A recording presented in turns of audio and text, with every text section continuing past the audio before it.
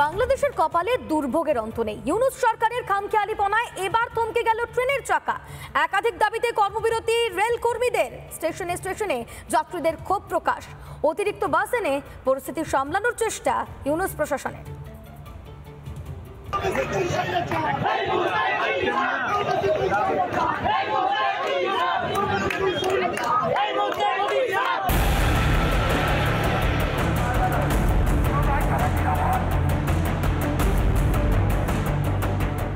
দেশেই চরম বিক্ষোভের মুখে মোহাম্মদ ইউনূস। এরই মধ্যে আরও চাপ বাড়ালো বাংলাদেশের রেল কর্মীরা। একাধিক দাবিতে এবার রাতারাতি কর্মবিরতিতে সেদেশের রেল কর্মীরা। মঙ্গলবার বাংলাদেশ জুড়ে থমকে গেল ট্রেনের চাকা। গোটা দেশের সঙ্গে রেলপথে যোগাযোগ বিচ্ছিন্ন রাজধানী ঢাকায়। কি কারণে এই বিক্ষোভ রেল কর্মীদের? বেতন সহ একাধিক দাবিতে বিক্ষোভ রেল কর্মীদের। বেতনের সঙ্গে ভাতা যোগ করার দাবি বিক্ষোভকারীদের। পাশাপাশি পেনশনের দাবিও করছেন রেল কর্মীরা। আসলে কিছু চাই না, আমরা শুধু আমাদের অধিকার ফিরে পেতে চাই।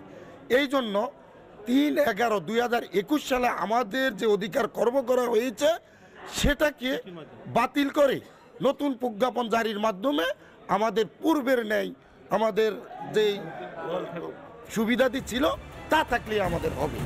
সময় মতো গন্তব্যে না পৌঁছাতে পেরে ক্ষোভে ফেটে পড়েছেন যাত্রীরাও। এটা অবশ্যই জানানো উচিত ছিল যে ট্রেন বন্ধ থাকবে, কারণ এত শহ শহ যাত্রী ভোগান্তির মধ্যে পড়ে আছে। ভাই আমরা নিজেরা অসুস্থ হয়ে আছি, সকাল থেকে খাওয়া দাওয়া অফ, কারণ আমরা ট্রেনের টিকিট কাটে রাখছি অনলাইনে। এখন যে বাড়িতে যাবো সেরকম টাকা পয়সাও নাই। বলেন এখন কি অবস্থার মধ্যে, এর থেকে খারাপ কোনো অবস্থা হয়? পরিস্থিতি মোকাবেলায় একাধিক রুটে অতিরিক্ত বাস চালানোর সিদ্ধান্ত নিয়েছেন বাংলাদেশের উপদেষ্টা মণ্ডলী। যদিও ইউনূস প্রশাসনকে নিয়ে ক্ষোভ বাড়ছে প্রায় প্রতিদিনই। নিয়মিত রেল চালাতে পারছেন না ইউনূস, দেশ চালাবেন কি করে? রিপাবলিক বাংলা। সাইফ আলী খানের উপর হামলার 12 দিন পার। একদিকে দিন গড়াচ্ছে আর অন্যদিকে এন্ট্রি নিচ্ছে নতুন নতুন চরিত্র। সূত্রের খবর, ছোটে নবাবকে হাসপাতালে নিয়ে গিয়েছিলেন কেয়ারটেকার হরি। সাইফকে প্রাণে বাঁচালেন কে? তা নিয়ে কিসের এত রাগঢাক? অন্যদিকে 12 দিন পরেও সাংবাদিকদের প্রশ্নের উপযুক্ত জবাবই দিতে পারল না মুম্বাই পুলিশ।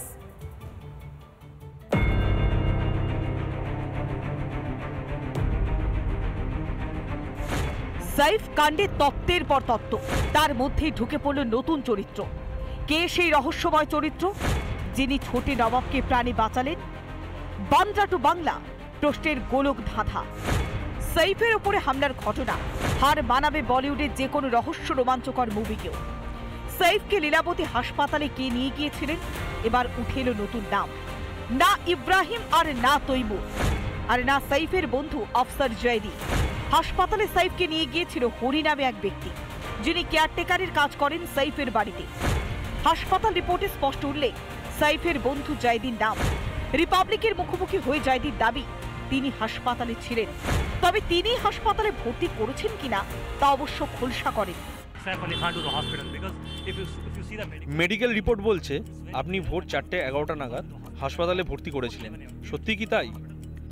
আমি হাসপাতালে ছিলাম, হাসপাতালের ফর্মে আমিই স্বাক্ষর করেছিলাম।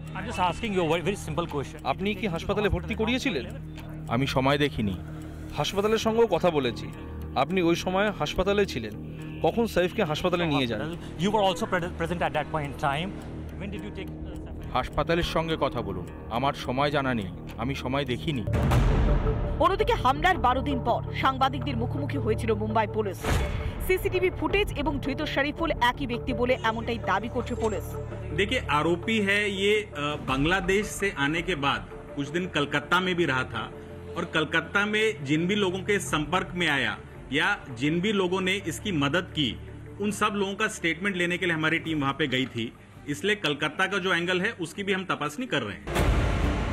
मुंबई पुलिस आसले निजेदेर पीठ निजेराई चापलाচ্ছে, অথচ সাংবাদিকদের বহু প্রশ্নে ঢোক গিলতে দেখা গেল তদন্তকারীদের। প্রশ্ন হলো 11 তলা সিসিটিভি ফুটেজ কোথায় ছিল? খুন কিভাবে হয়ে গেল ছুরি?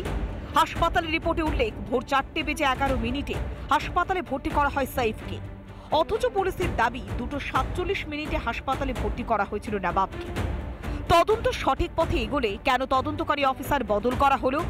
জয়দি বলছেন সাইফকে ভর্তির সময় ঘড়ি দেখেননি, সত্যি কি তা সম্ভব?